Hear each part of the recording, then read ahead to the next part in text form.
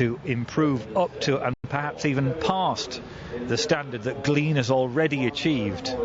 I think it's quite a decent standard, and this race doesn't carry group race brackets anymore, but nonetheless this is an interesting race which is going to shed light on the rest of the flat season, given the promise some of these horses have shown, and the fact that there's a decent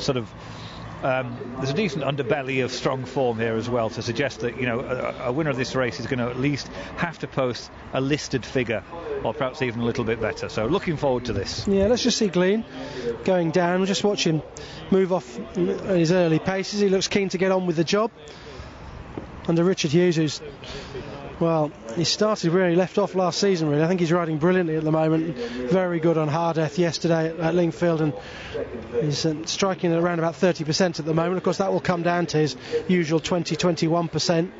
He and Ryan Moore are riding out of their skins currently. Ryan at Doncaster today, and Glean going to post perfectly well. I wonder what the tactics will be like. I imagine that Thistle and Two Roses will go on again. He wants to get on with things. Yeah, and there's other candidates to be up there as well. One More Word in particular. You can see Hughes has got quite a tight hold of this horse's head. He can be a little bit keen. Let's talk about his pedigree.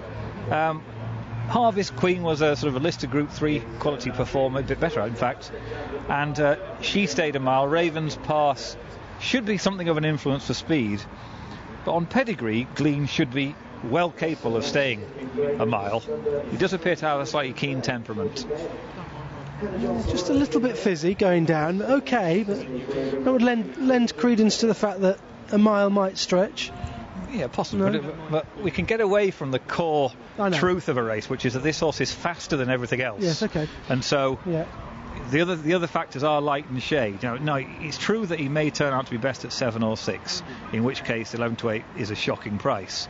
But from what we've seen so far and on pedigree, I think he's got decent prospects of lasting it out, and I think that this is a speed favouring surface today. We just watched a race in which the horses racing 1, 2, 3 and 4 basically occupied the same positions all the way around. It looked like a track. It looks like it's playing like a track today in these very cold conditions that is favouring speed. As a general rule, I think synthetic tracks get slower the warmer the conditions. What do you think? Yeah, no, I absolutely agree with that. I think they get a bit deeper. Yeah, and I think on a cold day, provided it's not actually sort of so cold they've got to dig it deep, but on a cold day I think the surface can be quite slick, and that will play to Glean's advantage here. Yeah, perfectly relaxed down. So let's pick up on Horse in Shock Code of Honour then. He's been off 167 days. He's just had 3 runs. His best one was definitely that win I mentioned at Doncaster when he won that nursery. He's very game. He was always prominent, then headed and battled back and rallied, and he ran on strongly, and he posted a good figure as well. He's, in terms of, you mentioned how fast they can run, the evidence is that Code of Honour is almost as quick as Glean. Yeah, interesting pedigree this horse has got. Let's talk about that for a bit. He's by Mick Shannon's St James's Palace winner Zafine. The downside, you'll see lots of USA brackets, but don't be fooled into thinking it's a dirt family. It's not.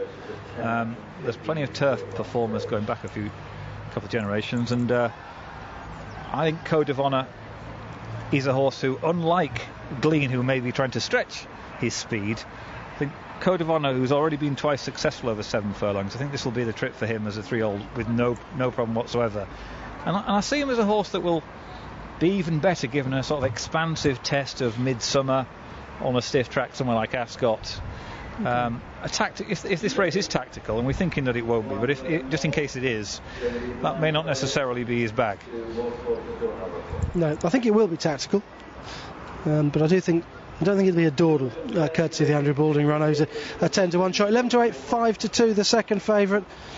9 to 2, about 1 word more. Thistle and Two Roses. 10's Big Drifter. 14's Ashamali, and Georgian Bay is right out to 14's, having been 9 to 1. Code of Honour goes in. Ashamali will be next. Now just out to 6 to 4 once again, a 9 to 4 Code of Honour. A little bit of a late switch there, money for Code of Honour. My favourite just drifting a tad. Okay, nearly ready then for this condition stakes. Let's go back to Ian. Thistle and Two Roses comes in. Glean is the final one lined up. They're off.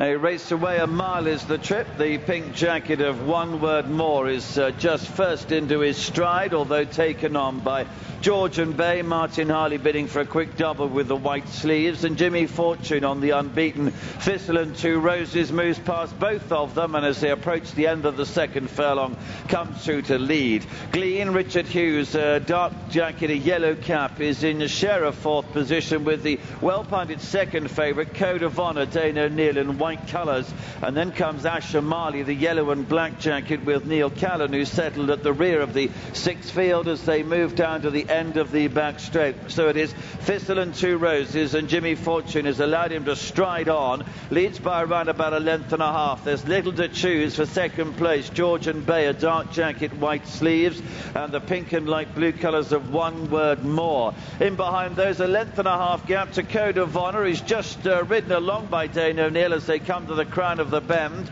and then Glean is tucked away. Dark blue and yellow colours travels strongly and not far off the leaders.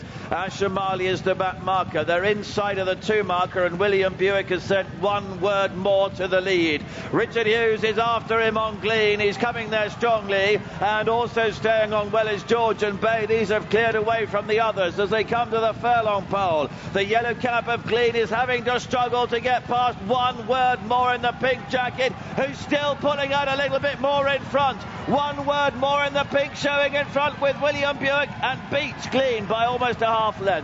Third position for Georgian Bay. Code of Honour was fourth. One Word More as one, held on from Glean, the strong travelling Glean. He picked up well enough but couldn't get to One Word More, the 9-2 winner of this Betfred, the Bonus King Bingo Conditions Stakes. Take it again from the home turn. He's virtually in front here, One Word More, going well, tracked by Hughes on Glean, who switches. I think at this stage Hughes thought he was going to win, but Glean would really pick up, but One Word More found plenty.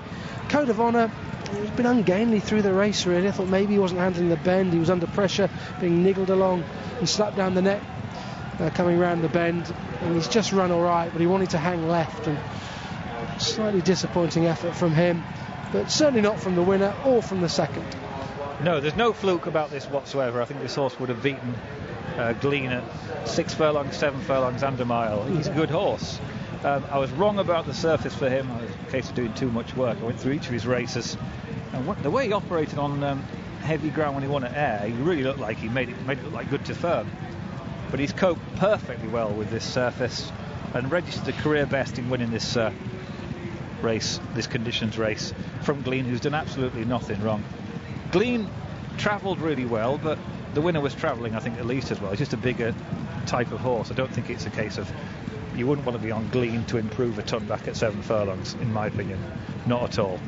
I think he's just a horse that's run into a decent horse on his day, and I think both horses have given a true indication of their relative merits. They finished clear in what will be a good time, and One Word More has clearly, despite being more heavily raced than several in this field, has progressed just as well. You can see the winner skipping along really strongly off on the home turn, and a bigger, less nippy